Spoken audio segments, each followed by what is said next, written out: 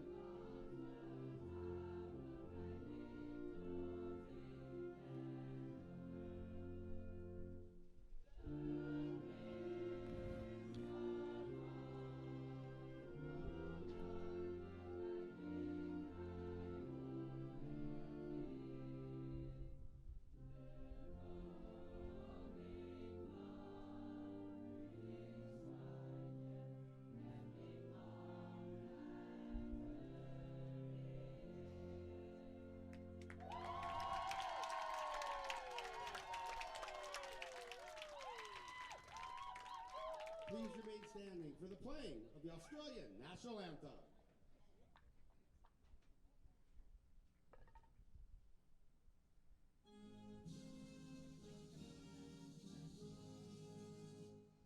Australians, oh, let us rejoice, for we are one and free. With golden soil and wealth for toil, our home is guided by sea. Our land abounds in nature's gifts, all beauty rich and rare. In history's page, let every stage advance Australia fair. In joyful strains, then let us sing, advance Australia fair.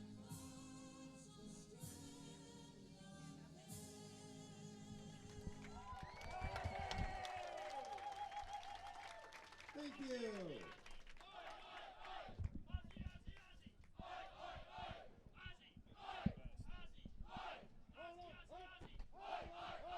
It's now time to meet the starting lineup for this afternoon's game. First, let's introduce the starters for the Netherlands.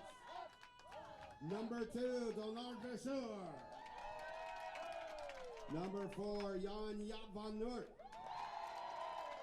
Number 16, Alderik van der Heijden. Number 21, Wieland Muskens. Number 25, Casper Bovie. Number 34, Jake Bowman. Number 50, Finn Arends. In goal, number 84, Thomas Heitzma. Number 91, Brady Vibrants. Number 99, Jan Schoenen. Head coach for the Netherlands, Tom Fair. Assistant coaches, Nathan Hunt, Taylor Claggett, Morgan Holler, and Lyle Worthington. Excuse me? Now let's meet the starting lineup for Australia's team. In goal, number 1, Sean Aaron. Number 3, Ashby Dennis. Number 4, Cal Gibson. Number 10, Chris Moffett. Number 15, Lachlan Russell. Number 22, Connor McDonough. Number 24, Lachlan Walker. Number 44.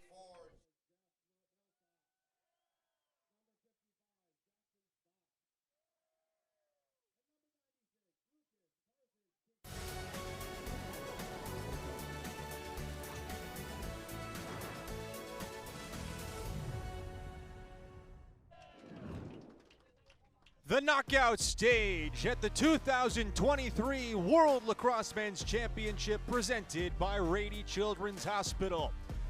The 4th seeded Australian Sharks against the 13th seed team from the Netherlands. It's all coming up shortly after the break. Stick with us for face-off between Australia and the Netherlands.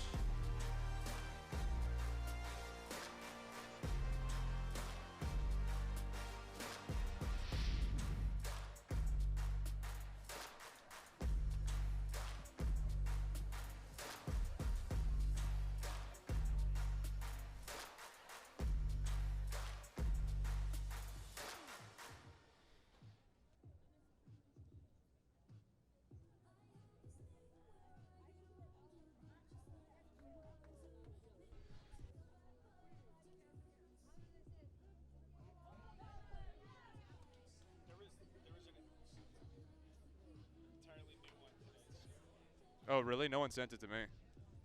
No, not that new production. Oh, So the reads were. an adventure.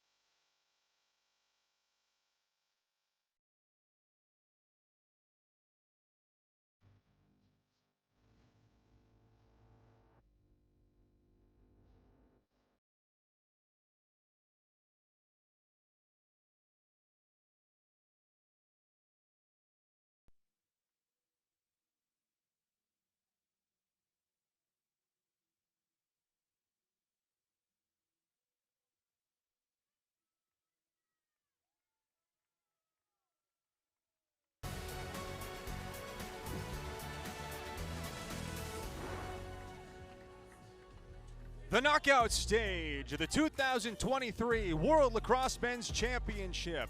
The 4th seed, Australia, against the 13th seed, the Netherlands. Hi, everybody. Cooper Perkins and Nick Ocello with you from the campus of San Diego State University in sunny Southern California. This is going to be a physical matchup.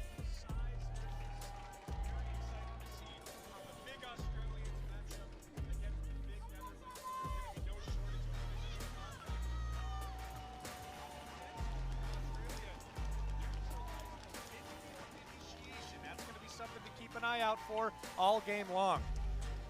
You have had a peek at each goaltender. For the Netherlands, they will start with Thomas Heidsma. And for Australia, Sean Aaron gets his 3rd start, having been excellent for the guys in green. At the face-off X, Tim Graham gets ready. Or they'll have Lachlan Russell, take the face-off against Wieland Mushkins. And Australia wearing the green, the Netherlands in the orange. And we are underway. The winner of this game moves on to play England. And the Aussies have the first possession as Lucas Parsons-Quintio comes out of the scrum of the ball. Starting attack for Australia. Connor McDonough, Lachlan Walker, and Cal Gibson. Jeff Millsop thought about uncorking a shot, but the long stick instead will move the ball around and go sub off.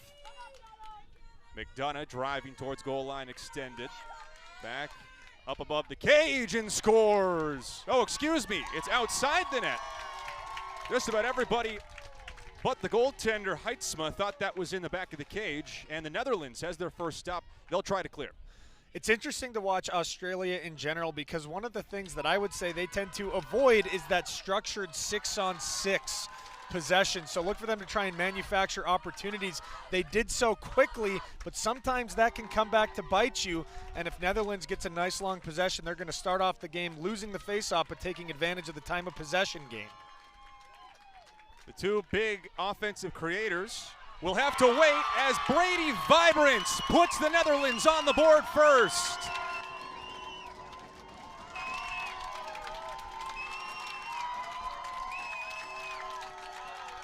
The Netherlands faithful coming alive here as they get the first goal. Really good job right here. And speaking of taking the opportunities when presented, really good job by Vibrance to go underneath, catching the Australian defense a little bit by surprise. That center of the Australian defense, always such a dangerous area. They are physical, but they weren't prepared to be physical in that situation. Now he is their only Division I level player domestic in the U.S., having played collegiately at St. Bonaventure. A violation on the Netherlands gives Australia the ball. And the Aussies coming off a loss yesterday to the Haudenosaunee, trying to rebound. Losers of 3 in a row after winning their opener against England. Playing in that tough Pool A. They get a look. Parsons Quintio. Gibson's shot rings the post. Beat the keeper Heitzma, but does not get the lucky fall. That ball's still moving. That was an absolute rocket. A missile from Cal Gibson, who has been one of their better shooters. Australia trying to get their offense going in this opening round game. They think they've made some strides, but they want to take care of the ball a little bit better and would like to get out and run. You know, Australian lacrosse is not super heavy in 6-on-6. They like to play in transition. The Dutch have done a good job of preventing that to this point. Isaac Cahill trots it to the back low corner. Gets the short stick assignment. Cahill stripped. Gibson gooses it over to Braden Pantine as the Australians settle it down, trailing 1-0. Gibson steps in, off a hesitation and a fake. Around to McDonough, spin cycle. Pantine playing a two-man game with Matt Wood. And a stop for Heitzma.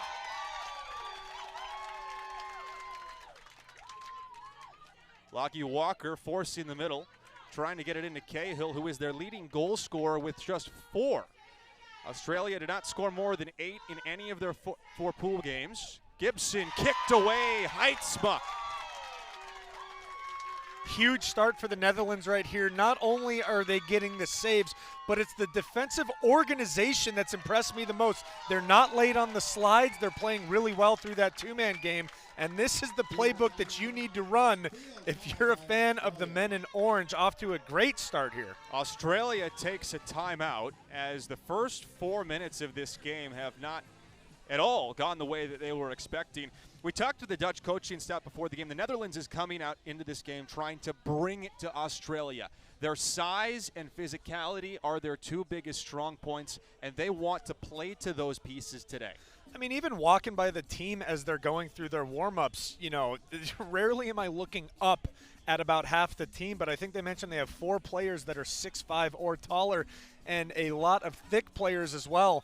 And again, we're seeing that in 2 different areas of the field. The first is going to be offense, where they had the quick, shifty player get a goal, but it's the defense that's impressed me the most here for the Netherlands to start. And don't forget about Heitzma standing on his head as we see him make a beauty of a kick save. And for Australia, they need to settle in. We know they don't like to play that 6-on-6 consistently, but that doesn't mean that you can just take one dodge and try and get a shot off. Slow it down and let the 3rd, 4th, maybe even 5th dodge come into play. The Netherlands scored on their opening possession. Brady Vibrance on a dodge at goal line extended beat Sean Aaron. The early story, Thomas Heitzma, the starting goaltender for the Netherlands who wear orange today, came in with a 45.5% save percentage in the tournament. He and Ernie Alberts split time no matter what. It will always be Heidsma in the first half and Alberts in the second half. But so far, the keeper for the Netherlands, Heidsma, has been the star of the show. Australia trying to settle in their first trip to San Diego State. They've been sequestered at USD, where Torero Stadium is, about 15 minutes down the road. Two campuses separated by about 10 miles. Braden Panting. Now Matt Wood drifts out, moves the ball ahead. They swing it around the perimeter. Cal Gibson to dodge from X. Gibson feeding up top, and the pass mishandled by Panting as the Netherlands goose it forward.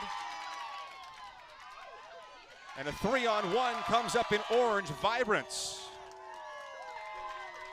Boy, great team effort by the Netherlands right there. Not only selling out to keep the ball on the ground, but when that was outside of the box by about 15 yards, 3 men in orange, 1 in green. They are going to get that every single time. And momentum is all Netherlands right now. The crowd is about split even here at the San Diego State University Sports Tech. A lot of green, but also a lot of orange. Here's Brady Vibrance. Scored the game's lone goal in his first Men's World Championship tournament. The Netherlands around the perimeter. First touch for Jelle Erik de Vries. Number 16, Aldrich van der Heide, and number 34, Jake Bouwman, are the two primary initiators for this Netherlands team. Right now it's de Vries, defended by Thomas Graham, who's done a great job as a two-way midi for Australia in this tournament. Shadowing de Vries, floating around the perimeter and trotting it to X, where he moves it for van der Heide. Aldrich van der Heide played collegiately in the U.S. at Middlebury in Division III. He's a local kid. Grew up in San Diego, went to Torrey Pines High School. Van der Heide gets top side. Backhand flip, kick save, Aaron. Backhand, Aaron's there again. I got to say, 2 really good looks from Netherlands on their first 2 possessions. They're really doing a good job of leveraging the quickness. We thought they were going to use the size, but turns out it's those sneaky underneath. And again, the thing that's most surprising to me is their ability to get to the middle of the field and even those dangerous right near the crease areas and not be punished for it, which is rare for this Australian defense that I would say has been bruising and one of the most physical defenses all tournament. So interesting dynamic change where the quick, shifty Netherlands taking advantage of the more tentative Australian team here today. The Australians are trying to sort out their offense. They'd like to take a step there today, as this is a knockout stage game. Big shot, score! Matt Houston tickles the twine. We're tied at 1.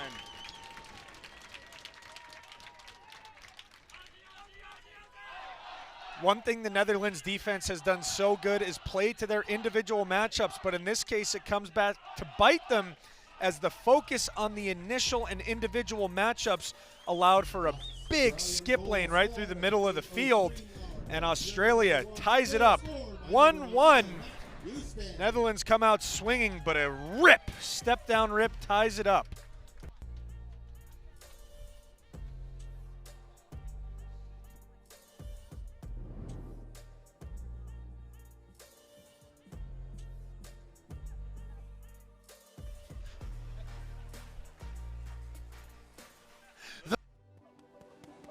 At Morgan Stanley, old school hard work meets bold new thinking.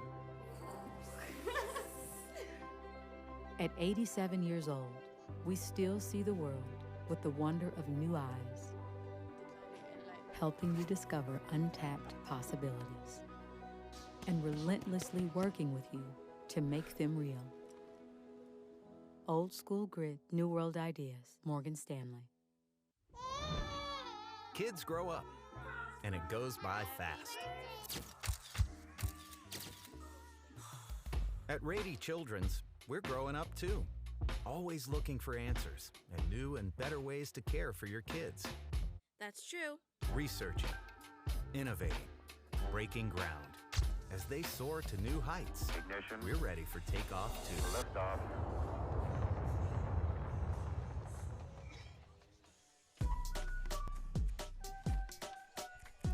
Max power, I'm about to go bigger and better. If I ever lose, set it on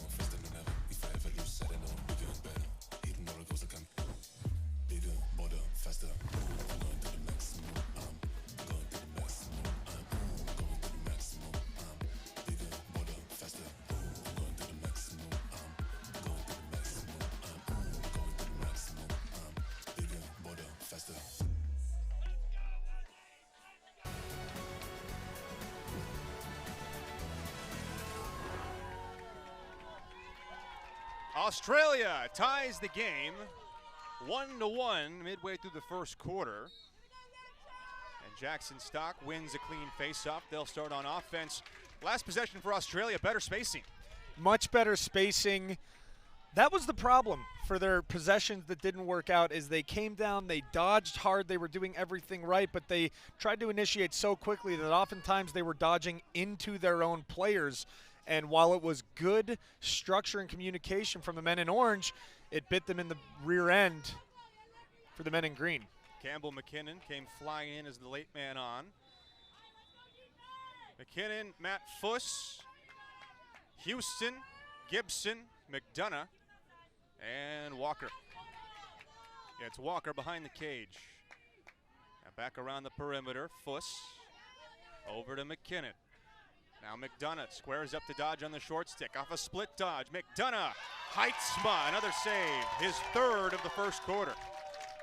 Been very impressed with his play so far today. Heitzma standing tall and playing the angles really well. He hasn't found himself out of position, and that's not due to a lack of ball movement, because Australia has not only initiated from a number of different areas, but they've tried to throw those skip passes as well. So to track that is no easy task, but he's making it look easy here today. The Netherlands offense has already produced as much scoring as they did all first half yesterday. Bauman scores! The upset-minded Netherlands take a 2-1 lead.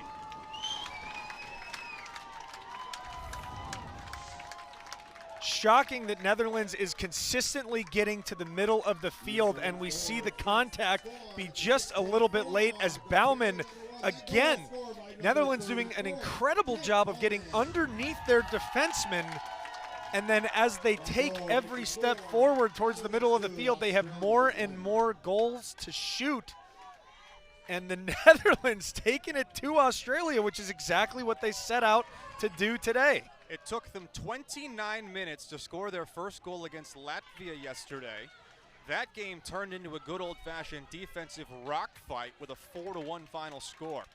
Already, the Netherlands wearing orange has put 2 in and has an early lead on Australia out of Pool A, the 4th-ranked team in this field of 14. And what's interesting about the way this Australian team is structured is they want to run and gun and push transition, which is a great way to stage a comeback and to separate yourself from your opponent. But if it's not working, you might have those short possessions where you try to capitalize on an unsettled opportunity, and then it could be 2-3 minutes in between the next chance. Australia in the green, settling into their 6-on-6, as we've yet to see them really get a transition opportunity. Braden Pantine wheels back around, a skip pass, step down. Matt Wood stings the high corner. The bouncer goes for Matt Wood. We're tied again. It's 2 up.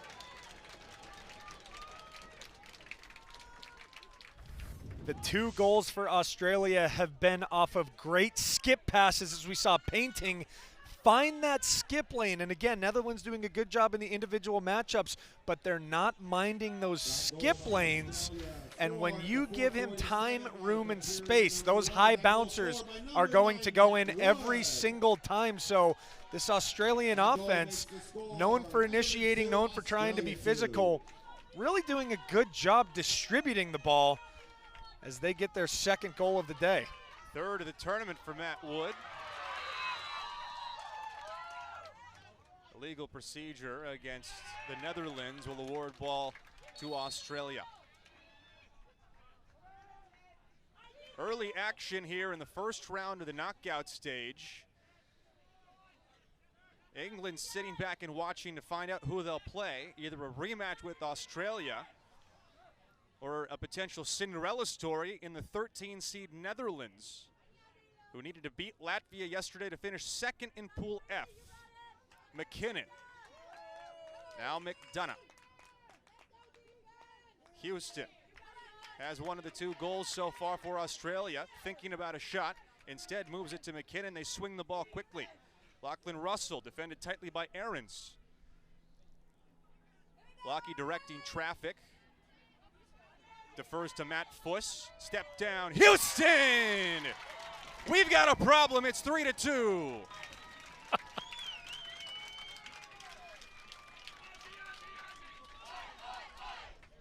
A third skip pass through the heart of the Netherlands defense and a third goal for Australia.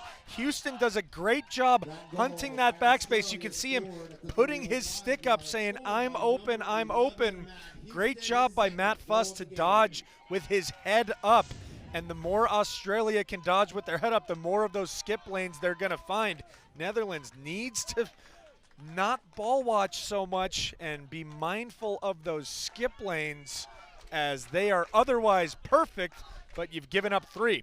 Houston, who broke his arm at Loyola this past spring, has now doubled his scoring total through the first 4 games of the tournament. Put in a pair against England, then was held scoreless 3 straight games, and has 2 in the first quarter against the Netherlands.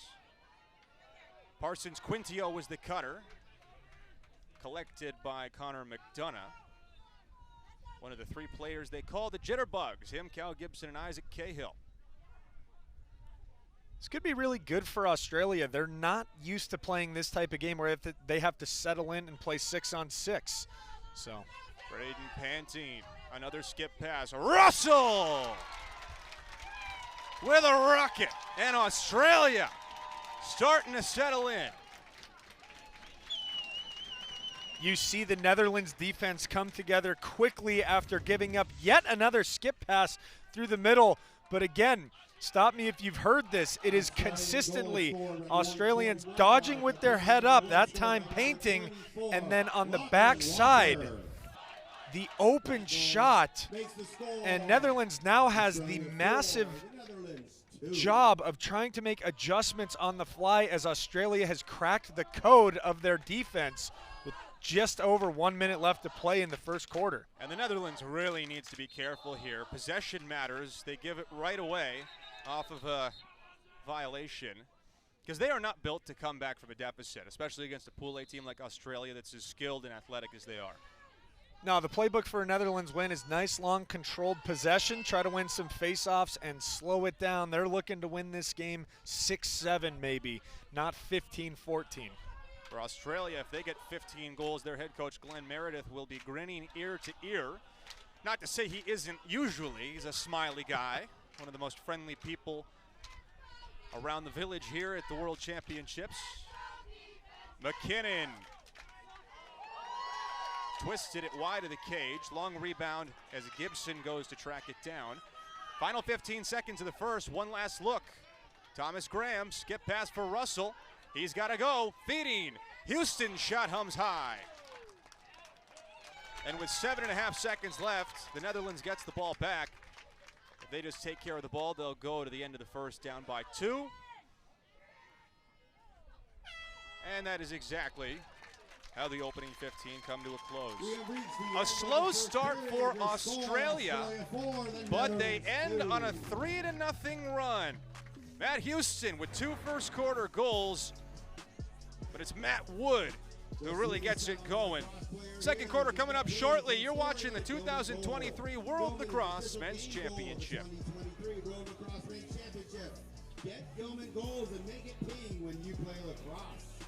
Ogio, a leader in innovation and world-class travel gear, is a proud partner of the 2023 World Lacrosse Men's Championship. Elevate your game with cutting-edge design, superior quality, and unmatched performance. Visit Ogio.com to experience the power of Ogio. Unleash your potential and gear up for greatness. Epic Lacrosse is proud to be the premier apparel sponsor of the 2023 World Lacrosse Men's Championship. Head to any of the Epic World Lacrosse merch tents today to get your official championship gear. Find amazing designs. This bodes well for Australia making a run in the playoffs. They get some good 6-on-6 experience, the confidence. Yeah.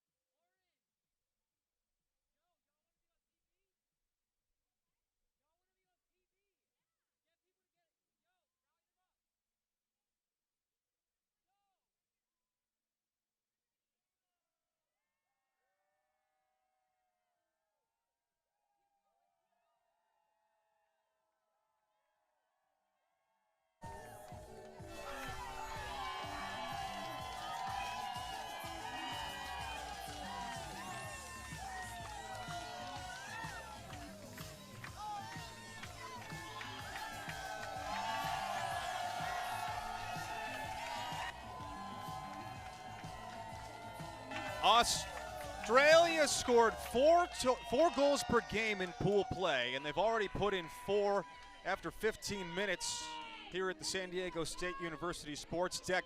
And the story, their 6-on-6 play.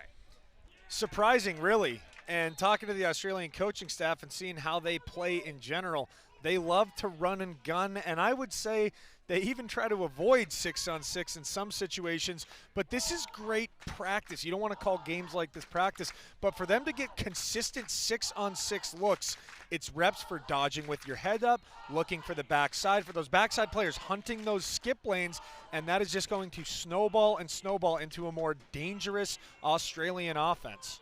They've also dominated at the face-off X thanks to Jackson Stock, and as a result have been able to stack possessions on top of each other. The Netherlands did lead this game, first 1-0 and then 2-1. Braden Pantine, split dodge, feeding the middle for McDonough. Just missed connecting on the pass, and now Finn Ahrens tries to clear for the Netherlands.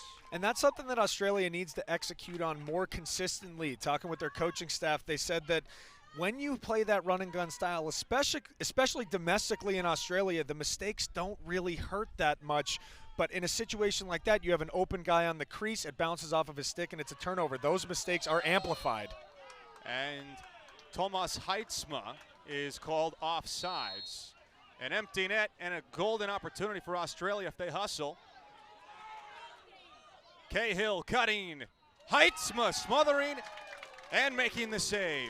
And showing off his athleticism in the meantime. He was shot out of a cannon back into his cage, showing a little bit of that breakaway speed that I didn't know he had in him. Thomas Heitzma, 4 first-half saves, and all 4 of them have been tough. But it's Australia right now on a 3-0 run, thanks to consecutive goals by Matt Wood, Matt Houston, and Lucky Russell. But the clear fails, something the Netherlands had done really well on coming in, 86.5%. But Australia's ride a different level of aggressive than they've seen. Shot saved by Heitzma, and it's corralled by Vibrance for the Netherlands. He is their one-man automatic clear. And even though it's against their DNA, that quick shot by Australia trying to take advantage of an unsettled situation, a bit ill-advised. Merriman handles up top in his first world championship on the senior level, but played way back in 2012 with the U20 team in Finland. Aldrich von der Heide, always a dangerous dodger. Hard dodge, von der Heide, Aaron the save. Chris Moffitt, the defender, was giving nothing for Australia and gets on the hands of von der Heide at the last moment. Now Vibrance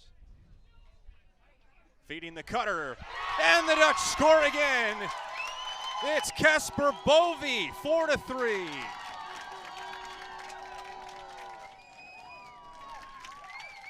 I'm not quite sure what Australia was doing here as they looked to double behind the net in a 6-on-6 situation.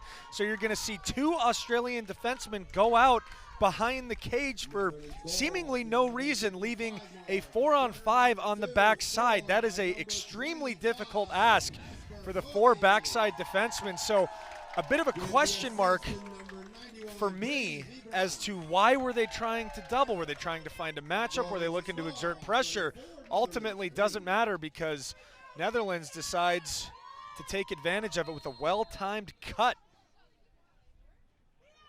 And another illegal procedure on the Netherlands. We've seen that 3 or 4 times already in this game as the Australians do have a clear advantage at the face-off X, and that seems to be factoring into the mental game for Wieland Mushkins, the face-off man for the Netherlands. And that's why I want to see Australia settle in and try and get some longer 6-on-6 possessions. Again, we've already talked about how they're a run-and-gun team, but you're winning the face-offs. Get some long offensive possessions and wear down your opponent. McKinnon probes his way down the alley ever so slowly. Now behind the net, McDonough, shifty and quick. Plants, McDonough, the goal line extended. Turnaround, hums it high and wide. Australia closest as it exits. Remember in field lacrosse, on a shot, whoever is closest where and when the ball goes out of bounds is awarded possession. Matt Houston, 2 of the 4 Australia goals so far. Split dodges, feeds the middle, and McDonough steered away by Vibrance. Heitzma, I should say. Tomas Heitzma, his 5th save of the first half. Another successful skip pass. I want to see the Netherlands establish who is the slide guy and then have the backside defenseman not worry about what's happening on the ball. It's bitten them 4 times here today. Mitch Baker, still looking to score his first goal of the tournament, has been an excellent passer for Australia. Cal Gibson with space. Gibson scores! A classic alley dodge for Cal Gibson. Australia back up by 2. A little bit of confusion from the Netherlands right here. Can't decide who the slide man is, but credit to Australia. Just before that dodge was going down the alley, there was a crease attackman that cleared off to the backside, taking the Netherlands defenseman with him, which created that space. We talked about how they were dodging into each other earlier. They make the adjustment, show how coachable they are, clear out space for the Dodger, and ultimately that is an easy alley shot. 4 of the last 5 goals scored by Australia, again awarded possession. Our officiating crew today, Michael Drake, Yusuke Kondo, Nate Morrow, Matt Radenbaugh, and Kazuhiko Inagaki. Australia, the 4 seed in the knockout round. The Netherlands, the 13. Winner of this game will play England, who beat Puerto Rico in the 5v12 in overtime just before this game on this same surface. On the near side, Graham. Chased around by Vibrance. Now Gibson up top. Swings it around.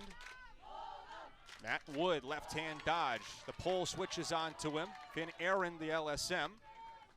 Now Panting with a head of steam. The slide comes, and Graham buries it.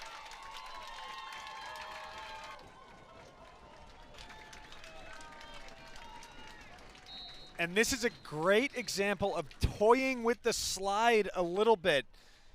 You saw the Netherlands defenseman go out to address the ball carrier, but what does the ball carrier do? Roll back with his eyes up, which Australia has done so well here today as they take the 3-goal lead. Australia with 5 out of the last 6 goals. An exclamation point by Thomas Graham. That goal by Australia scored by number 6, Thomas Graham.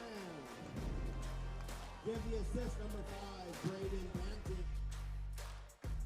7:52 mark. Kids grow up, and it goes by fast. At Rady Children's, we're growing up too. Always looking for answers and new and better ways to care for your kids. That's true. Researching, innovating, breaking ground. As they soar to new heights, Ignition. we're ready for takeoff too. Liftoff.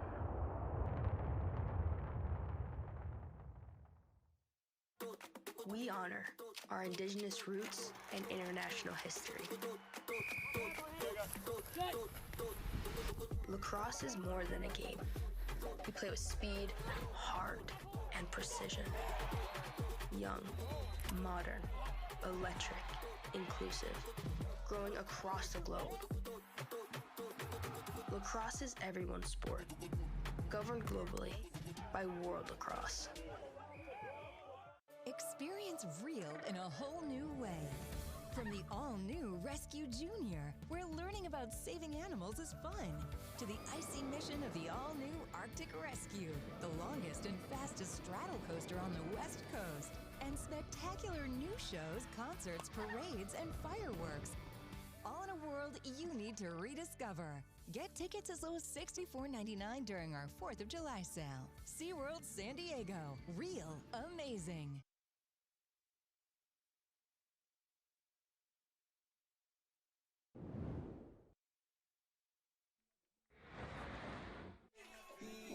Rady Children's Hospital, presenting sponsor of the 2023 World Lacrosse Men's Championship, the largest children's hospital on the West Coast, ranked among the 10 best children's hospitals in the nation.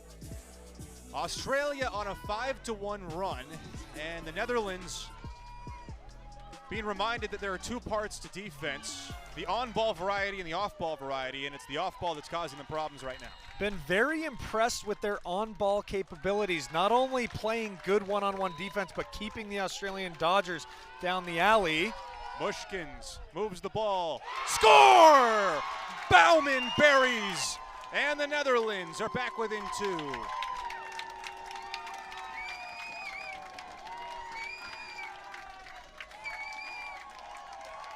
The Bauman ballistic missile. This is nothing other than a great shooting form. Look at how he is prepared to catch the ball and release it very, very quickly. The torque generated from his body. And the Netherlands, opportunistic. Normally they like to slow the game down a little bit, have a little bit of a methodical approach, but do not sleep when they are pushing in transition, especially when you got Bowman ripping goals like that one. Velan Mushkins gets the assist, now in his second World Championship, picking up his first point of the tournament. And Jake Bauman into double figures with his 10th goal and second of the afternoon. So a fast break goal by the Netherlands pulls them back within a pair. They've trailed in this game by as many as 3. And all tournament we've seen these types of scores be the make or break situations. If the Netherlands gets one more one-goal game, they're sticking around. But if Australia can rattle off 2, it's these situations halfway through the second quarter in which we really have seen teams establish themselves and separate from their opponents, or let the opponents keep creeping around and have dreams of an upset. Australia was the team trying to pull the upset yesterday. They were up tied 6-6 against the Haudenosaunee late in the third quarter. Houston skips it through the middle. Now up top Baker, back to Houston, who's tallied 2 of the 6 for Australia. Cal Gibson behind the net. Methodical in their ball movement. McDonough back to Houston. He looks to initiate. Reverses field. Spins the ball to Russell, who's scored. McKinnon continues it on behind the net to Mitch Baker. Tough defensive assignment for your own booze. Houston. Pushed aside by Finn Aaron, who comes out with excellent on-ball defense. Australia has to start over. That's the type of slide that you want to see, and a good recovery as well. Now Cal Gibson, one of the most dangerous Dodgers on this team. Back behind the net once again, Campbell McKinnon. McKinnon turns and rips it high. Australia keeps the ball as Houston backs it up. Australia averaged 4 goals a game in pool play, held to 3 on 2 separate occasions. The feed, Houston to Baker for his first of the tournament.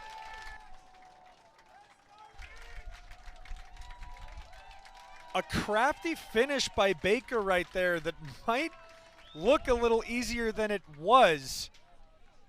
He not only finds that off-ball space, which has impressed me the most from this Australian offense here so far, as Houston feeds it in, and he just shoots it over the Netherlands defenseman with a quick flick of the wrist. Doesn't try to place it too well, doesn't try to get fancy, but the split second in and out over the defenseman.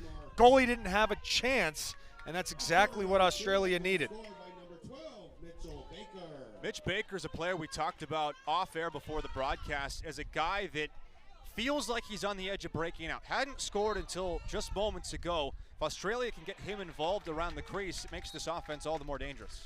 They have the weapons. We've seen the weapons here so far on display, and when he gets involved, it just makes it a bigger nightmare matchup where we have to be paying attention to everybody all of the time because they are all lethal threats. Netherlands led this game 2-1. Australia scored 6 of 8. Gibson stepped down, hums wide. Winner will play England, the number 5 seed in the knockout stage. That quarterfinal is tomorrow. Escaped with a win over the great team from Puerto Rico in overtime just before we faced off here. Gibson over to Graham. Around the perimeter go the Australians. Graham surveys. McDonough thought about a step down. Instead, defers to Graham with the clock at 2.5. Australia's offense coming to life in the first half after a slow start early. The Netherlands did a nice job out of the gate. They're such a big physical team, but Australia's ball movement and quickness have been able to neutralize their size.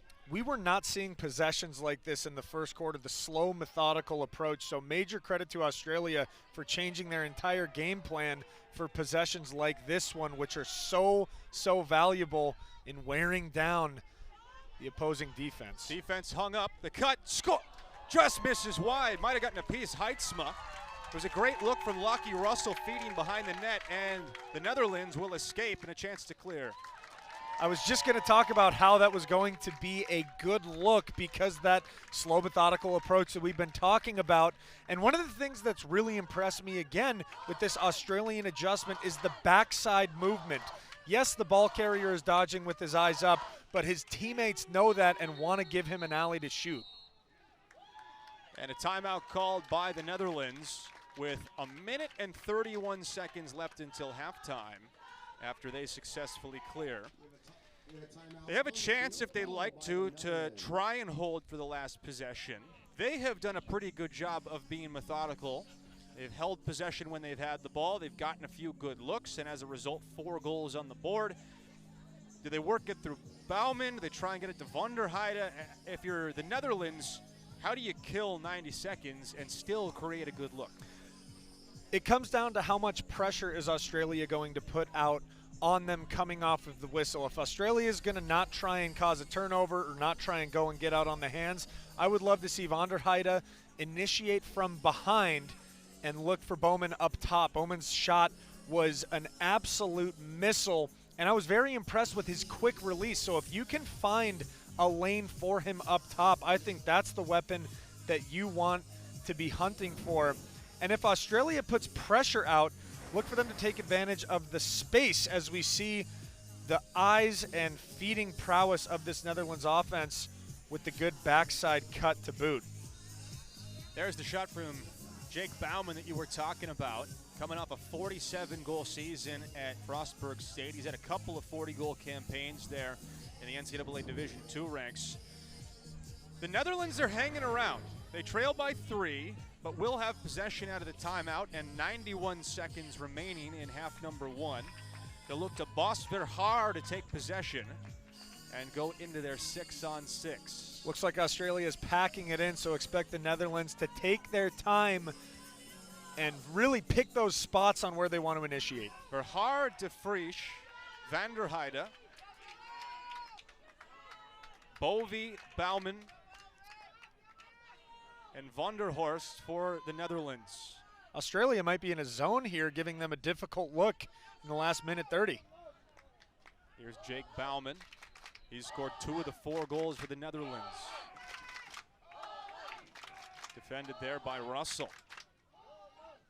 Swings it up to Van der Heide.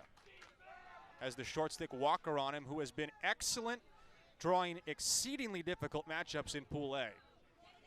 The cut underneath, and Aaron holds his post, denying Bauman and opening up transition for Lucas Parsons-Quintiao. It's a fast break. Here comes Australia. Parsons-Quintiao hums it wide, and it stays on this end with just under 40 seconds left.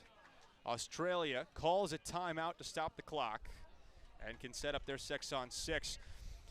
The Netherlands created a little opportunity there. Sean Aaron just held his post really well between the pipes, but they did a little something.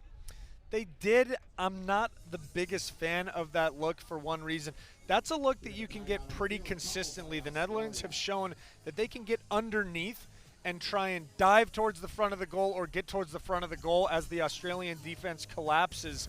I would have liked to seen some more initiation, because as we go back and revisit this dodge right here, with 2 Australian defensemen collapsing, essentially a 1-on-3 with traffic, not only do you take a little off of that shot in preparation to be, hit pretty hard, but a clean save results in reverse transition. So that's why I wanted to step down from up top, is even if that's saved, those midfielders are kind of ready to get back in the hole. So that balance of what look are we getting versus what are we trying to prevent, they got that shot off with about 50 seconds left.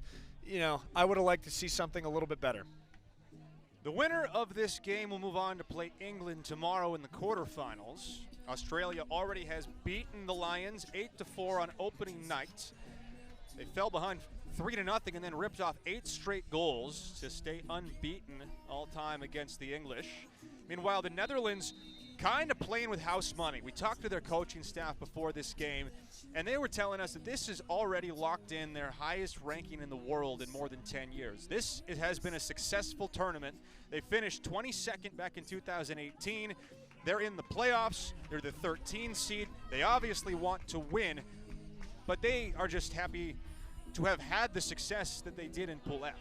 And a great way to inspire the next generation of players in Netherlands. They initiate a lot of grassroots efforts to grow the game back in Europe. So certainly an inspiring squad here in 2023. A roster very heavy with individuals that actually do live in the Netherlands. Just like Australia.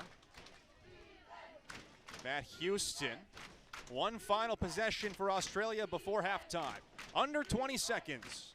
Baker. Aaron comes out on him. Houston feeds the middle. Heitzma got a piece of the shot from McKinnon. Less than 10 seconds. Houston. One last look. Russell! Save it, clip it, and send it to Sports Center. Lucky Russell beats the buzzer. Was he in the crease? Yes, he was. The goal will not count. Wow, but what an attempt nonetheless off of his back foot. Passes it, look at that, twirling with his back towards the goalie. The low-to-low shovel, as we're going to take another look at it. Just a ridiculous display of manual dexterity. Goes underneath. Goaltender Heitzma was a little slow to get up, so very happy to see him on his feet. The horn sounds with Australia on top of the Netherlands 7-4.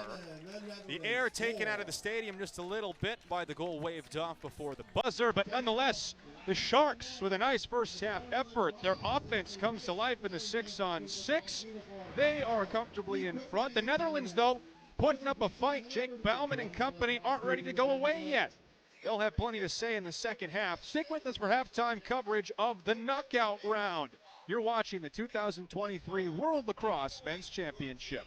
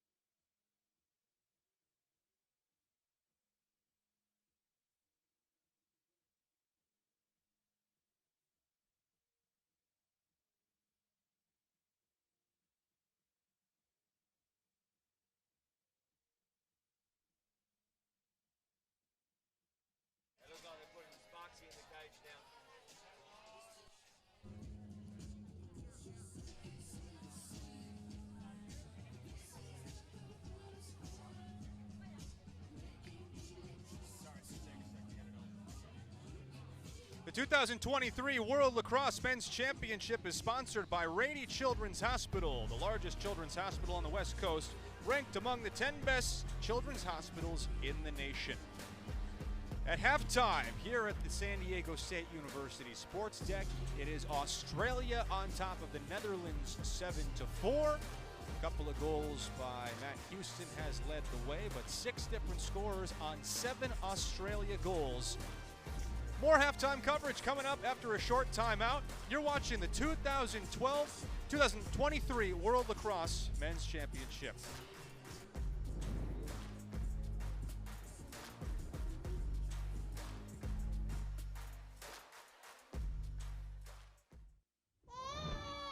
Kids grow up, and it goes by fast.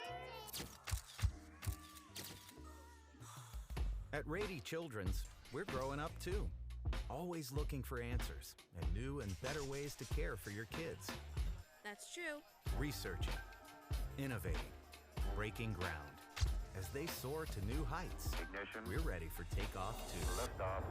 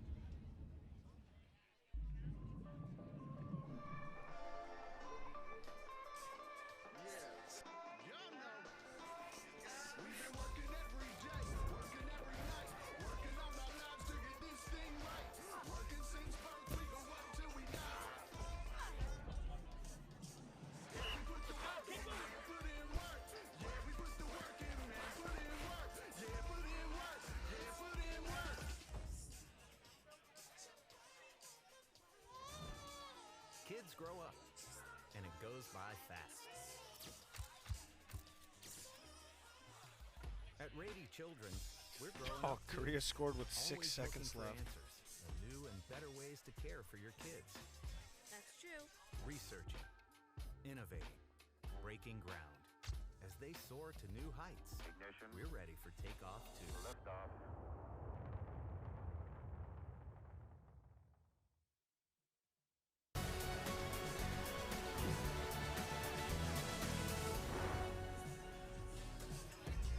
The Netherlands led early, but Australia scores 6 of the final 8 goals in half number 1. At the break, they lead 7-4. Cooper Perkins, Nick Ocello with you from the San Diego State University Sports Deck. And after the Netherlands started the game a little bit quicker than I think Australia was expecting, the story kind of settles in the way that we were really looking for. The Australians have done a nice job adjusting, but credit to the Netherlands nonetheless. Brady Vibrance early scored for them, and then Australia responds with Matt Houston showing his big shot from the outside. After this goal by Jake Bauman, though, the story really shifted to Australia in control. And a good mix of players in the action. 7 goals by 6 different scorers. They're a transition team by identity, but they're really working on the 6-on-6 today. That's what's impressed me the most, is it hasn't been one player that's been the pillar or the staple of this Australian offense. Every player showing their skill set, not only dodging, but dodging with their head up and their hands ready to feed their teammates. So the full Monty of skills, whether it's finishing on the crease, dodging with their head up, feeding, all of it on display, and all of it going right for Australia in those valuable 6-on-6 possessions. They did have a goal that you just saw from Lucky Walker, I should say, wiped away just before halftime on a crease violation. So the Netherlands happy to be down only 3.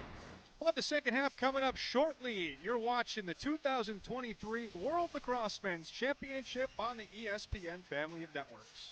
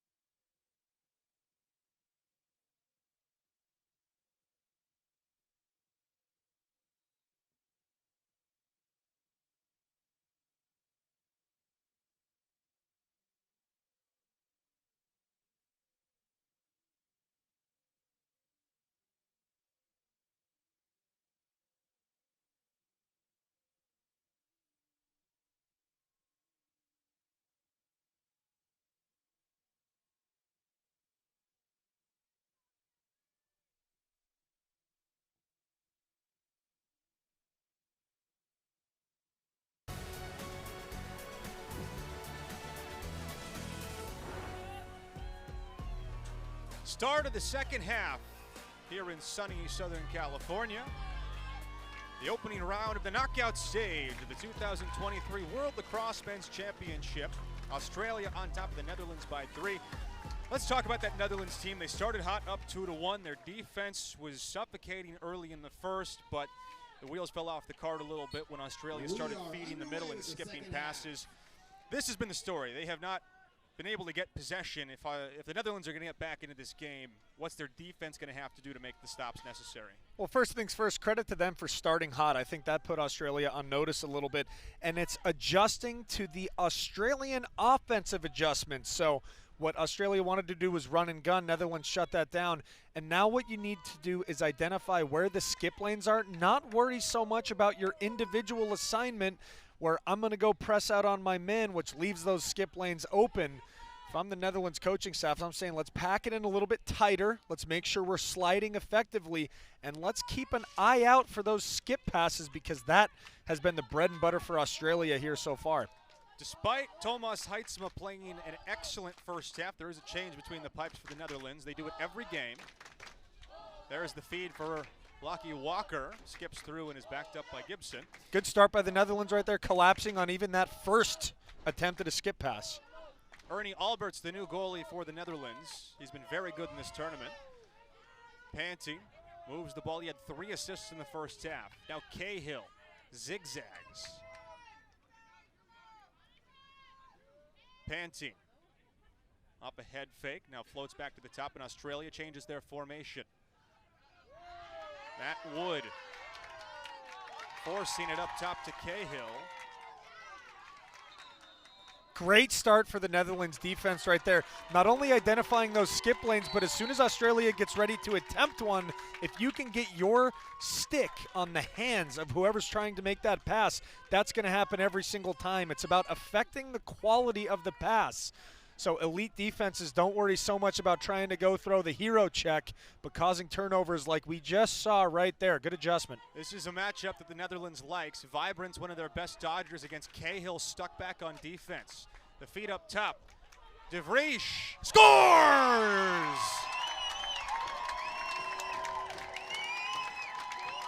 The Netherlands takes advantage of Cahill being caught on defense, and the cut from Jelle Erik de Vries pulls them back within 2.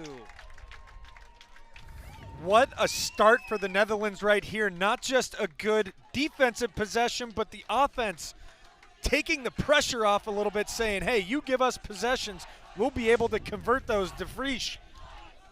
Notice that he had a late approach, the Australian defenseman ready to go and get the ball carrier. So one pass away, all of a sudden he has about 8-9 yards on his defenseman, pretends to step in and shoot, face dodge right into a goal. Very well done and a great halftime meeting for the Netherlands. So De Vries scores on the new netminder, Ryan Spark, who comes on after Sean Aaron played the first half. They view the two as essentially even. Both have played throughout the tournament. Aaron has been slightly ahead of Spark, but they do trust them both equally. So this isn't an indictment on Spark's play in the first half by any stretch, simply a strategy they go to with regularity. So Australia has seen their lead cut to 2. Makes you think a little bit more about the goal that was waved off before halftime. With less than 2 seconds on the clock, Lockie Russell backhanded one into the net but was called in the crease. Russell just had the ball a moment ago before passing to Matt Houston. Houston defended out there by Olaf Van Nielen. Mitch Baker way up out at the top. Knockout stage at the 2023 World Lacrosse Men's Championship, the 4v13 matchup for the right to play England in the quarterfinals. Mitch Baker has trouble handling it. Gets chased out by Graham Rickoff and beats Rickoff down the alley. Feeding McKinnon with space. Sneaks it past the goaltender, Alberts.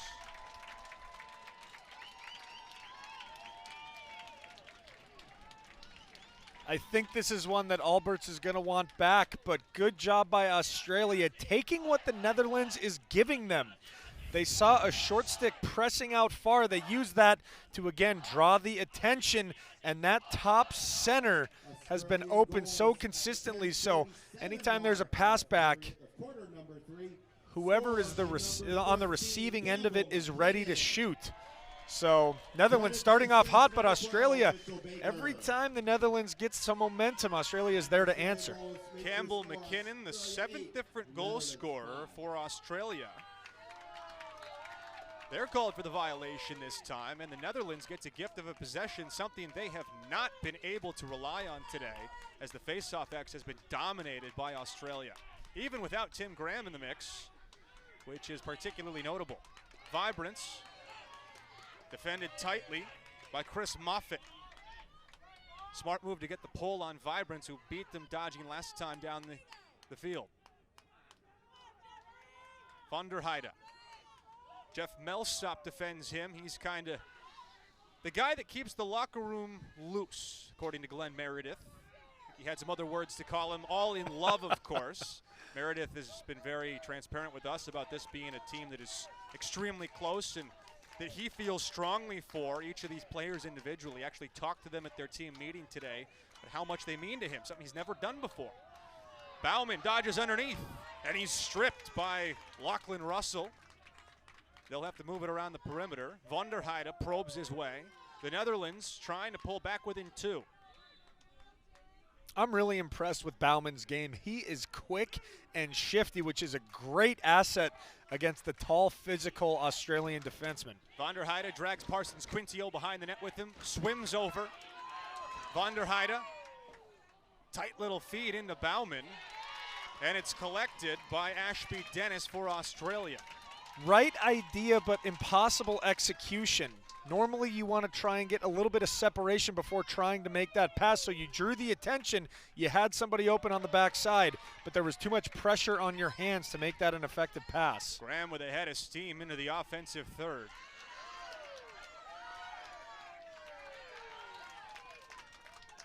Gibson off a hesitation. Gibson backhanding wide, backed up by McDonough. Australia, losers of 3 in a row after winning their opener against England. Meanwhile, the Netherlands, winners of 3 in a row after losing their opener to Ireland. They finished 2nd in Pool F and are the 13 seed in the knockout stage, while Australia finished 4th in Pool A. That is where they're seeded in the knockout stage as well. Now Houston, panting, I should say, his 2nd of the game.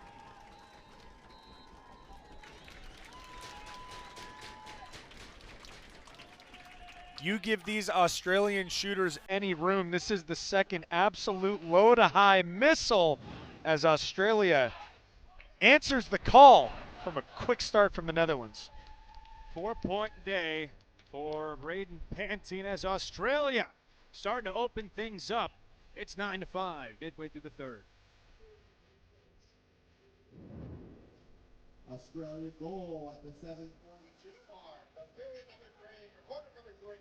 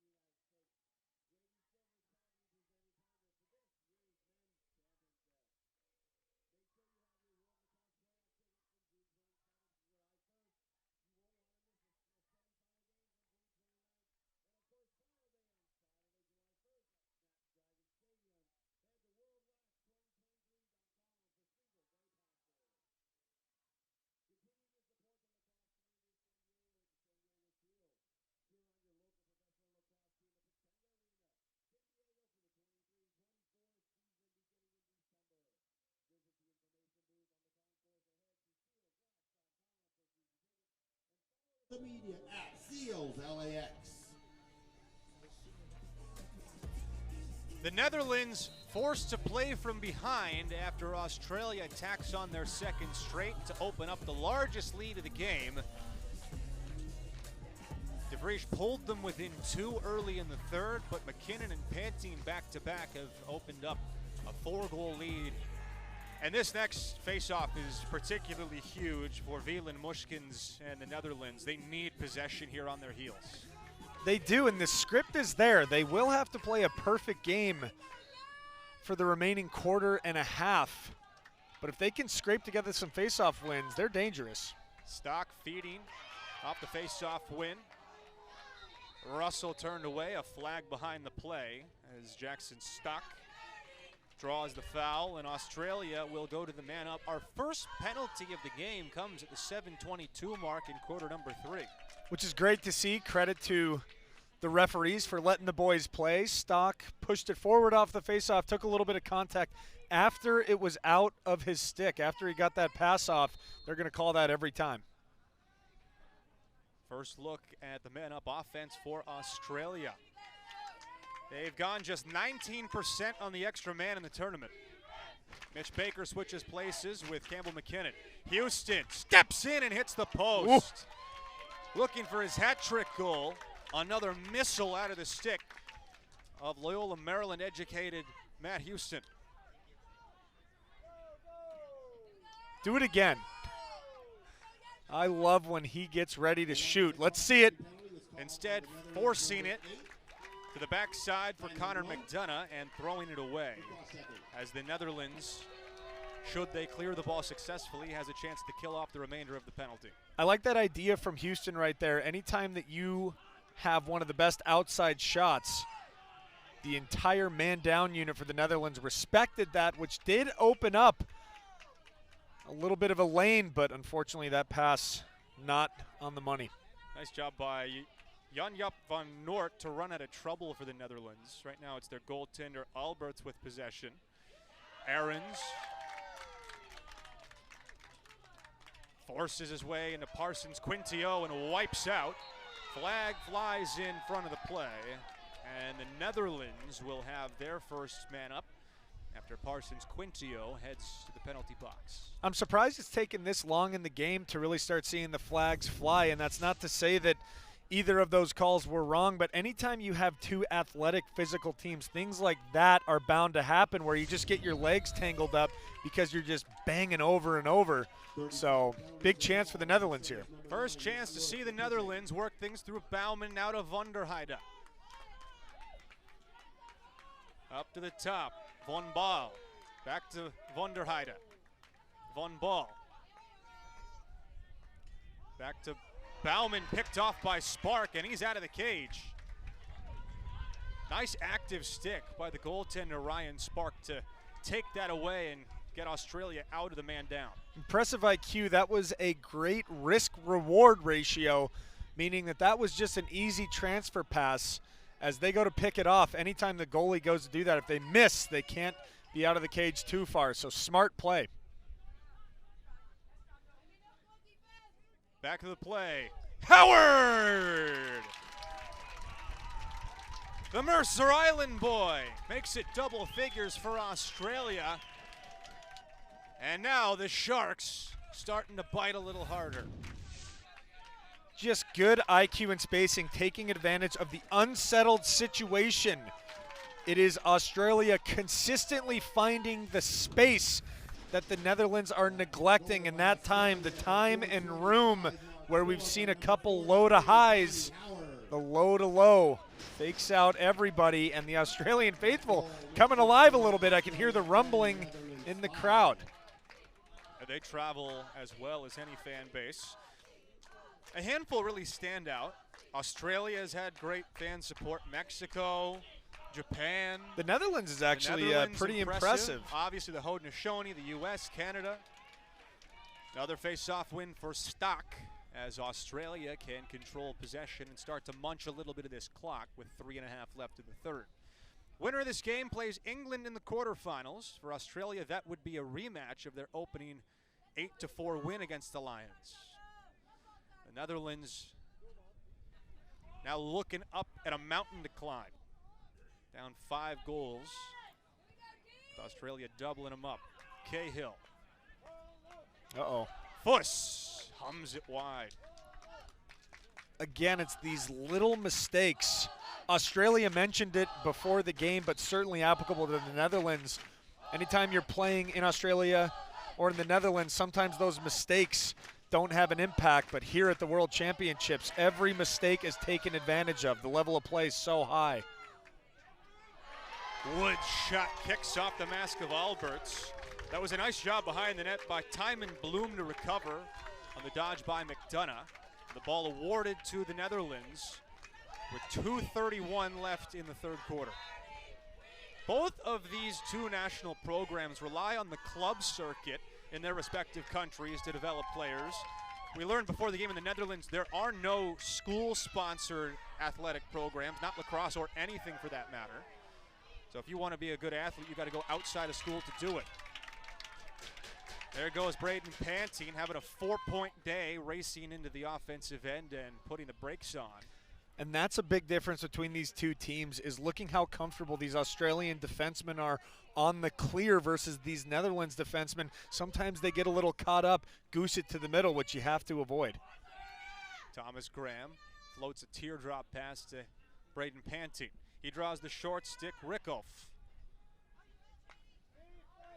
Now to Cahill. Cahill hesitates, gets a screen from McKinnon. Now drifts backwards, spins it up top to Graham. He continues forward for Gibson. Gibson to Pantine. The freight train, as they call him. Learned that from good friend of the broadcast, Anthony Brown. Broadcaster back in Australia. Appreciate his expertise on the Sharks. The look in for McDonough. Something the Netherlands done that has really impressed me is manage the two-man game. Australia's setting picks in very dangerous areas of the field, right around goal line extended, but the Netherlands' communication and switches have been crisp all game. Vibrance, the shorty, inverted on Cahill. Physical, strong. Now defers to McDonough. Races topside, scores! Connor McDonough. And Australia starting to pull away. McDonough just too quick, and the Netherlands packed it in tight a little bit. So this jab step was lateral movement, which in general you're okay with, but you can't be okay if the lateral movement still has you in deadly shooting range. So anytime you're trying to pack it in tighter, you need to play a little bit more aggressive, try and get on the hands, because that jab step hits to the middle of the field when you think you have space and realize that you're only about 12 yards away from the cage. That's an easy one for McDonough, who has the range to execute. 4 straight Australia goals for the number 4 seed in the knockout stage. Stock has dominated at the X, and the Sharks get right back to possession. The Oh! Josh Harris streaking in for Australia, and everybody's getting in on the act. A moment ago, I talked about how the Australian Poles are comfortable with pressure, but Harris showing us that they are comfortable with much more. That is not an easy pass and catch as he's sprinting down the middle of the field. Not only is he led perfectly, but to have the body control to catch, get a shot off while running at full speed, made it look easy, but I assure you it is anything but. Very impressive stuff from Harris. That is the Australia that Glenn Meredith wants to see more of. Aggressive in transition with skill and the ability to score. They're not wasting time again. Howard! It's a 6-0 Shark attack. And Australia up by 8. They smelled blood in the water. And again, you mentioned it a second ago, but this is the Australia that we know and love. They are so lethal. in those transition scenarios, always looking for the extra pass, always looking for the step down. They won that faceoff with only about 20 seconds left, more than enough time. And if you're the Netherlands, that's what you had to prevent, was Australia settling in and going on a big run. And now their task went from monumental to near impossible. Final seconds of the third. Loose ball push gives the ball to the Netherlands. They'll get one final crack here. They got to hurry. Mushkins. A flag before the whistle. Australia didn't give the ball carrier enough space coming out of the whistle. So if you don't give 5 yards, you cannot touch the ball carrier. And to start the fourth quarter, it's going to be Netherlands with a man-up opportunity. But Australia rips off 6 in a row. They're in control, 13-5. And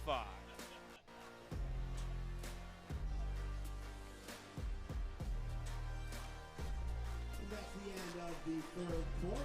The score, Australia 13, Netherlands 5.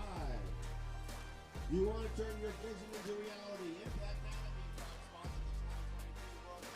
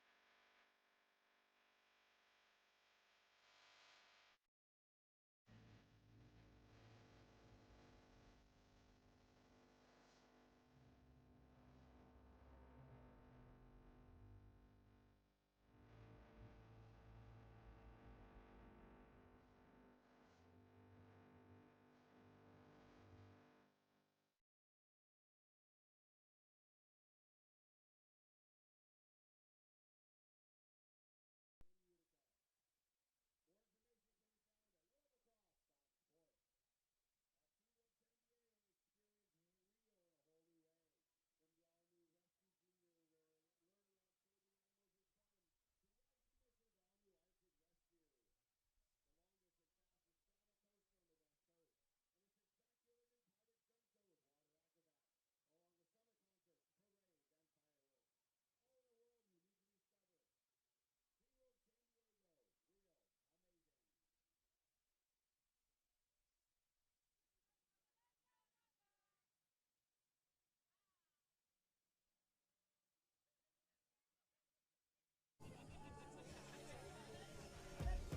The 2023 World Lacrosse Men's Championship, sponsored by Rady Children's Hospital, the largest children's hospital on the West Coast, ranked among the 10 best children's hospitals in the nation. Start of the fourth quarter, and the Netherlands will be a man up, so no face-off per international rules, and they stare up at an 8-goal deficit after the 6-0 run by Australia to end quarter number 3.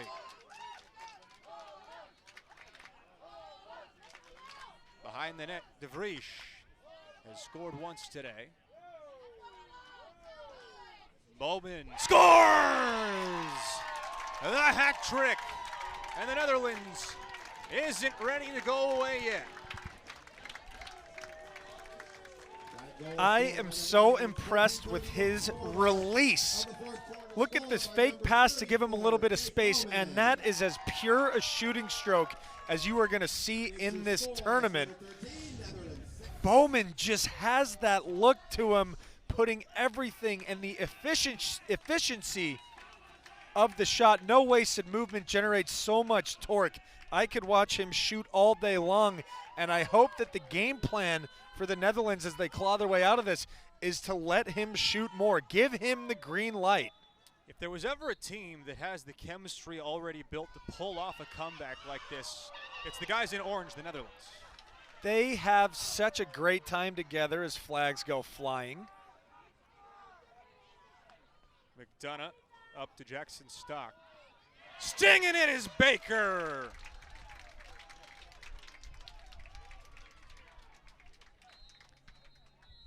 That's so tough as Vibrance was slow to get up off of that faceoff. So Australia had the inadvertent man up with the flag down. It was a free possession. And again, that's why you see the Netherlands, who've done a really good job with the rotations and with the on-ball play, give a wide open shot as he gets off under his own power, which you love to see, but we're hoping to see him back on the field before the game's over.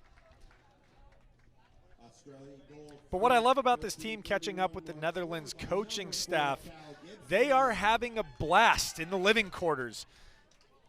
What was it? They had a barber shop. They had an impromptu DJ set with Team Uganda and FCA. They've got 3 guys who DJ, like actually DJ on like the have team. the setup Have with the the setup, buttons and do the twisties and the knobs and everything like that. They look like they're just messing around, but they're actually doing things. They have a dedicated barber shop. They've taken one of their bathrooms, and it's just for haircuts. Everyone's got the perfect beard. They've got their hair done nice. They invited us to come get haircuts. And really just an invitation to me because you don't have anything for them to cut.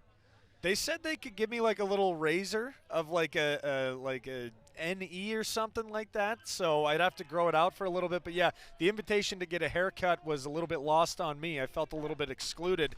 But I love to hear stories like that, having DJ parties, dance parties, especially with Team Uganda. That's what this tournament is all about. You tell me which team is hosting the DJ dance party, and Uganda's going to show up every time. Their energy is infectious. Second man up for Australia as Brady Vibrance takes the penalty. The Sharks feeding 7 out of the last 8 goals to take control of this game and run away from the Netherlands, who did lead early. It was 2-1, and then this offense came alive, 7-4 at halftime, I should say. And since the break, 7-1 run for Australia. Houston up top. Baker just scored a moment ago. Graham skips it. Baker, high save. Alberts.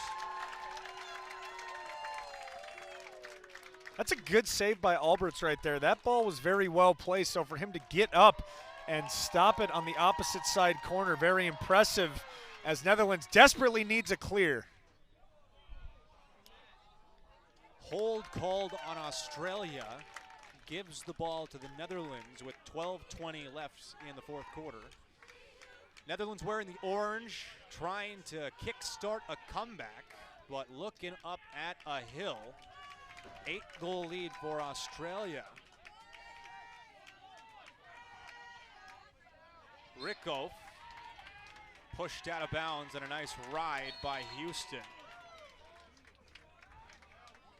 Netherlands needed to play a perfect game here today.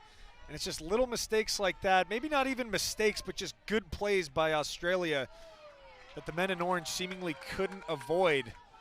Leads to the deficit that they really need to start chipping away at, and a potential opportunity to do just that inbound. Bas Verhaar collects the ball on the sideline and trots it into the middle. Leaves it off Meerman. The Netherlands has not played a whole lot of 6-on-6 offense in the second half. Their 1 goal coming on the man up. Here in the fourth quarter, they scored early in the third on a fast break. On the outside, it's Meerman. Gets a screen.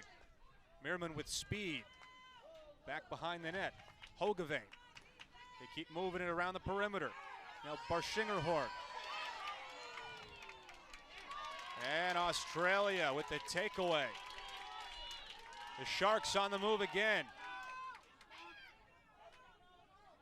Millsap behind the play. Will pedal his way out and find a cutting Parsons Quintio. The Australian difference. And if they're going to make a deep run in this tournament, I'm going to attribute a lot of that to how comfortable the defensive players are with the ball in their stick. We had 2 defensive players down there playing offense, and most times, anytime a defenseman's running down, you're thinking, oh great, here comes a shot 15 yards over the cage. So to see them pull up, escape pressure, regain their composure and feed the cutting attackman, that shows me a more advanced understanding of what you can do and how you can be a threat. And it goes back to their entire DNA of we like to run and gun. And when that's ingrained in your DNA, you become better and better at the decision-making aspect of it. If you've watched Australia throughout the tournament, you're probably watching us going, wait, this team wants to run and gun. They've been playing 6-on-6 basically the whole time through pool play. They just haven't been able to get out and run. That's their identity. That is the style of lacrosse in Australia. It's on display today against the Netherlands, and this is what you can expect them to try and do tomorrow against England. We even heard the coaching staff jokingly say that they try to avoid playing 6-on-6 sometimes because they just love to have fun, and nothing more fun in lacrosse than just pushing transition and getting all the boys involved. Shot trickles wide from Graham. Clock melting, under 9 minutes to go. Pantin having a great afternoon. Pulls things out. Now it's Baker's turn. Just because they want to run doesn't mean they aren't capable in the 6-on-6, and they've really shown something today in this end of the field. Another great look for Baker, hits the post, and McDonough tracks down the rebound. And again, as far as what you're putting on film, if you're getting ready to prep for Australia, you have to put a premium on them not being able to score in transition. You have to prevent that, but them settling in has really impressed me, not just individually. Of course they have the Dodgers, but it's the ball movement, particularly when there's an opening to a dangerous area of the field. They have found that time and time again. Anytime the Netherlands stick were down or they were out of position, there was a ball humming through the middle to a step down, and that's why Australia's had such a good day. Van Noort cranks a long stick shot wide and will take us to our final media timeout.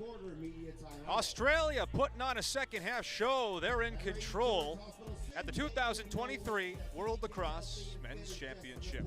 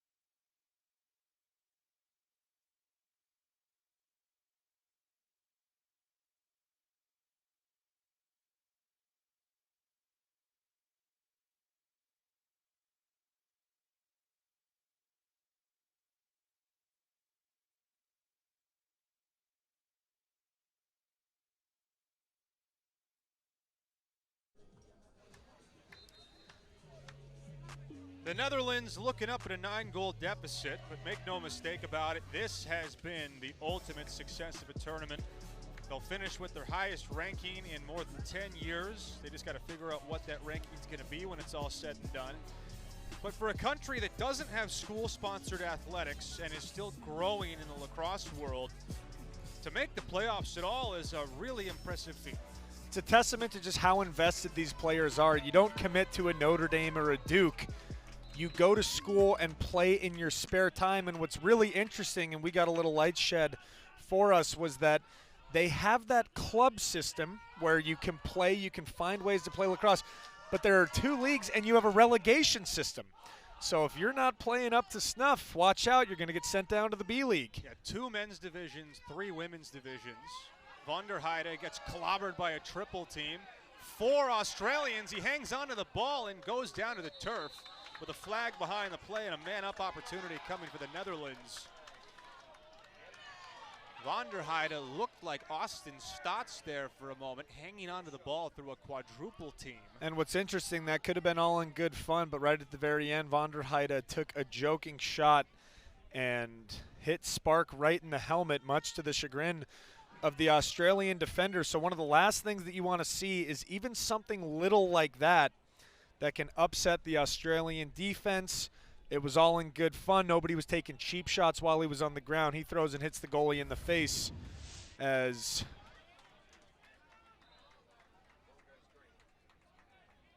we see a replay here. Again, no cheap shots from Australia. In fact, quite good restraint to not go up top or anything like that. And as he continues to get up, about 3 seconds after it cut out right there, I'm a little bit worried about what that might do. Again, you don't want any tempers to fly. The game is all but over. Let's let Saner Heads prevail. Offsetting penalties. Each team will play with 5. Shot kicks off the post. 30-second penalty is called on number 15 for Australia. Lachlan Russell.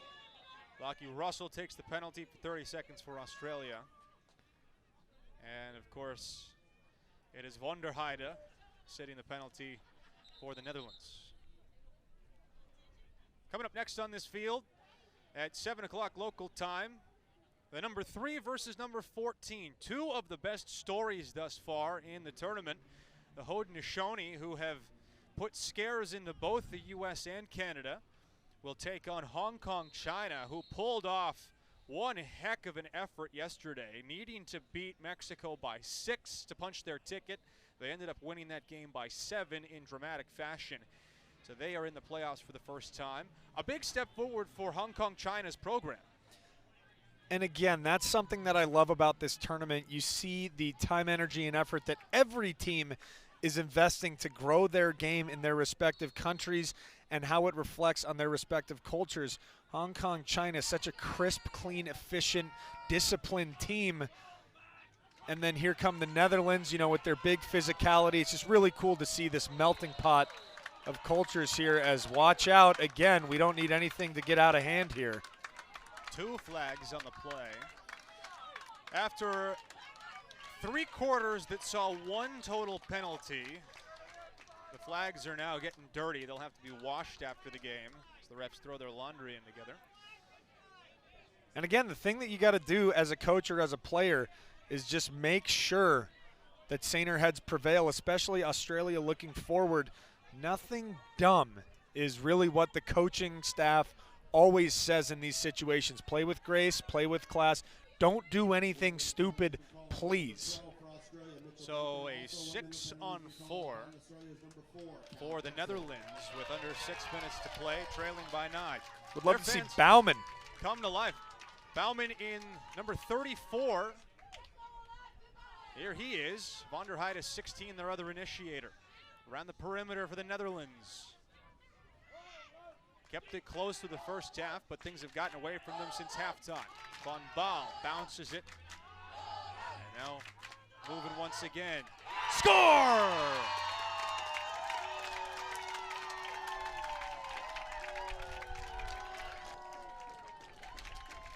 Second of the game for Jelle Erik de Vries. Great placement by De Vries right there. He didn't have much of an angle right as he was shooting. I thought maybe get one more pass off, but credit to him for changing the level of his stick. If he releases from his shoulder, he's not shooting it very much net, but the fact that as he released, the head of his stick was above the head of the goaltender, it created a window of opportunity for him to bury it that he otherwise would not have had. So that change of stick, so important. And now a flag on the far side. This has to do with the bench, right? There's no way that this could be anything else. It looks like a procedure. Again, our officials today Michael Drake, Yusuke Kondo, Nate Morrow, Matt Radaba, and Kazuhiko Inagaki. They've been busy in the fourth quarter. Which again is interesting, you know, a relatively clean game, no harm, no foul for 3 quarters. And now we got bench penalties, we got dirty laundry all over the field as the Netherlands try, and they are representing their country as best they can. So they wave off the penalty, an inadvertent flag by the official.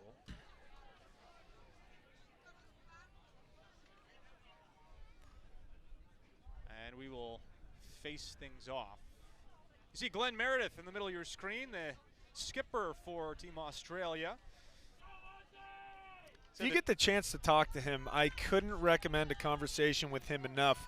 We talked to a number of coaches and a handful stand out, but I would put him as my gold medalist for most pleasant conversations I've had with any coach. Yeah, he's a former Shark in his own right, played back in the 1990 tournament. He was telling me a couple days ago that, you know, once you get one of the green beer jackets, as they call them, you're a Shark for life, and that means the world to these guys. You know, they wore them in the opening ceremonies, their beer jackets, and figure to see them wear them again at some point. But they are in control here, up 15-7, and will move on, barring a calamitous meltdown, to play England, who beat Puerto Rico in overtime.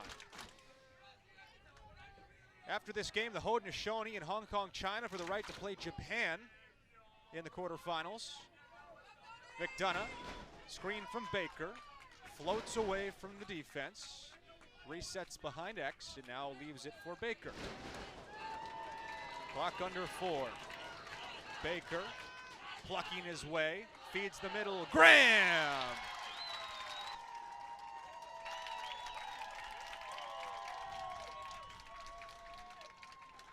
As Australia prepares to claim victory, it's interesting to see them put some of these looks on film.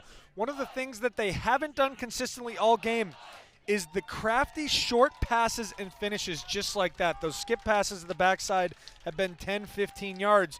So even a goal like that, though it might be fairly inconsequential in this game, other teams are watching going, oh, well, if we have to stop the 4-yard pass and almost those Canadian box style short pass and finishes, it provides yet another entire dynamic. Again, keeping in mind that they've shown really good depth and a really good ability to hunt the backside skip in this game, which I wouldn't have said have been their strengths all tournament. So a really good job by Australia putting a lot on film and making any preparation for them that much more difficult. And a timeout called on the field with 2:48 left in regulation.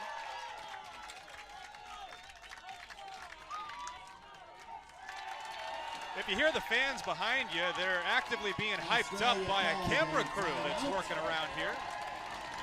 If I'm not crazy, I think that's the crew that's following the Haudenosaunee around. I believe so. I saw a preview or at least an explanation of what they're doing, and they're doing a documentary on the Haudenosaunee's path and as they navigate through the 2023 World Lacrosse Championships. Not quite sure anything else about it, but let me assure you of one thing. That is a documentary that I'm popping some popcorn for, sitting down. And I got to say, these two fan bases, they haven't let anything bother them. Netherlands just as loud now as they were before. And the Aussie, Aussie, Aussie, oi, oi, oi chants come alive. And both of these fan bases are quickly skyrocketing up my rankings of favorite fan bases. Top 3 fan bases you've seen in the tournament, go. Number 1, Mexico. Really loved how they had a young group of children running around heralding the Mexican flag. Number 2, I really like New Zealand's. Actually, I'm going to replace New Zealand with Jamaica, and I'm going to throw Netherlands in the top 3. I'm going to give them the bronze medal. So Mexico, Jamaica, and Netherlands. What about you? I love the Australian fans.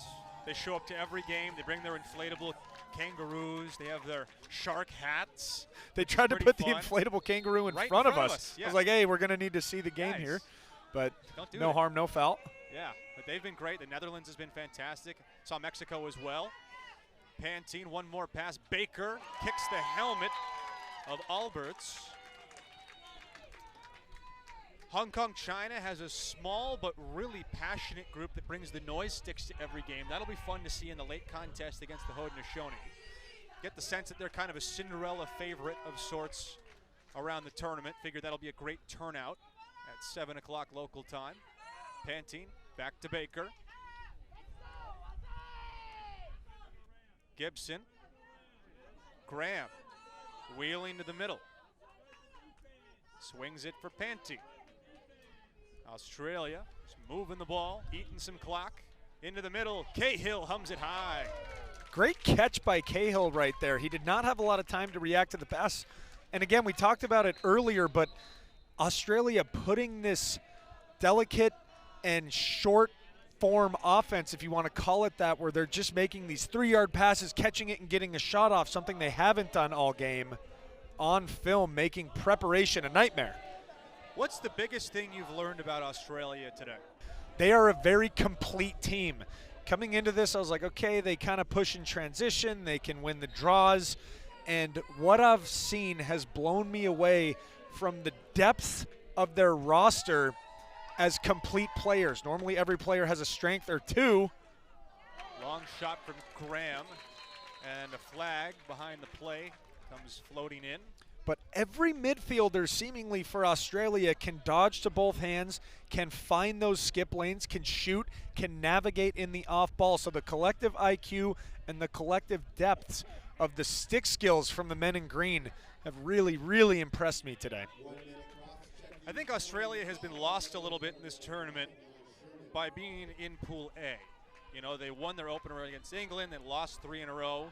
They were really competitive against the Haudenosaunee. But we haven't heard a lot talked about them because, frankly, they've only won 1 game. This is a big showcase for them as how they stack up against the rest of the field. And that's what I've loved about after pool play. You start to get a sense for the teams, 4 teams per pool, or 5 teams per pool, pardon me. And what's really cool about once those games ends, you kind of see how the pools are stacking up against each other. Yeah, we saw it today with Japan against Germany. Back to the middle, Graham, one more for Australia. A hat trick for Thomas Graham.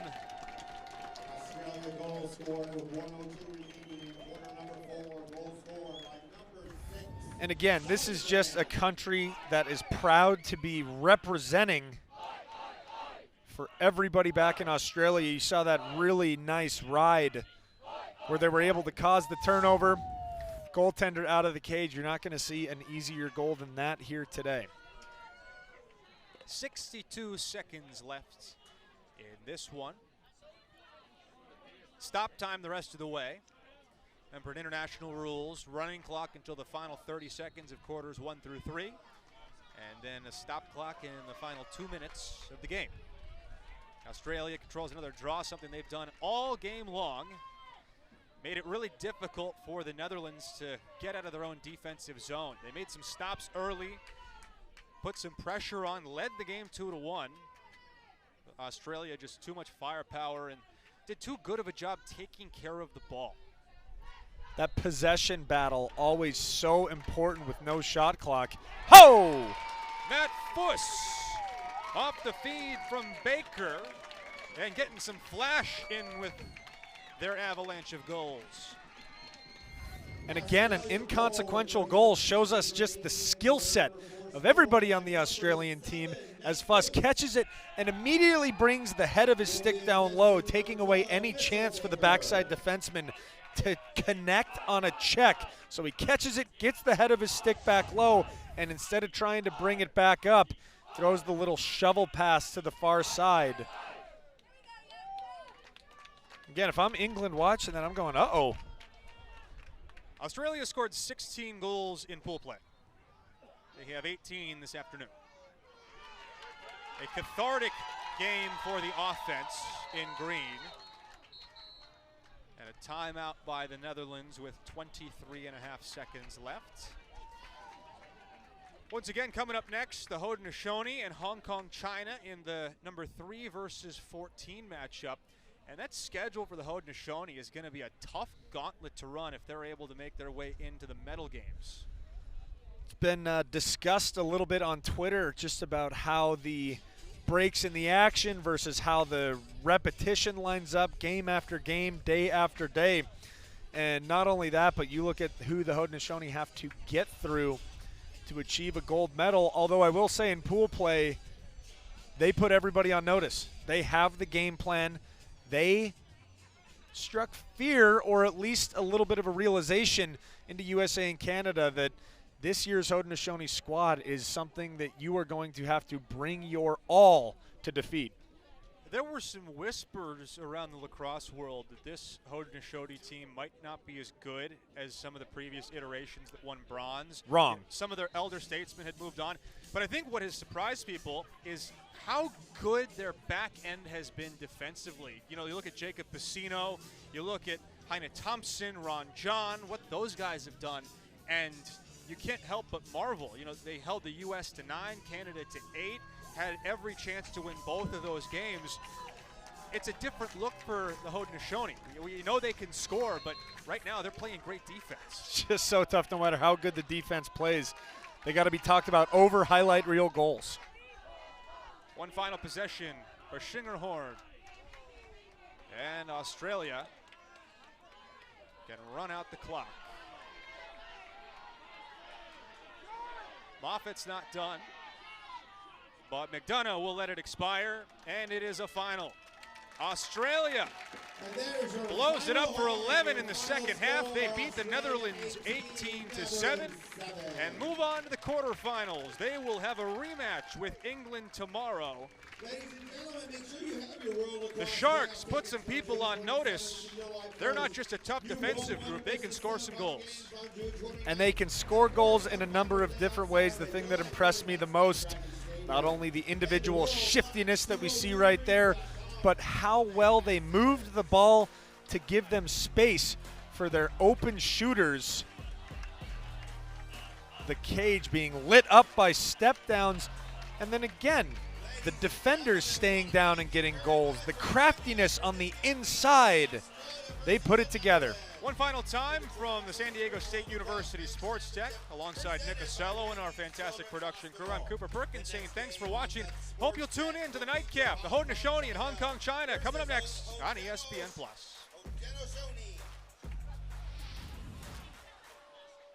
If you are leaving, please drive safely and exercise.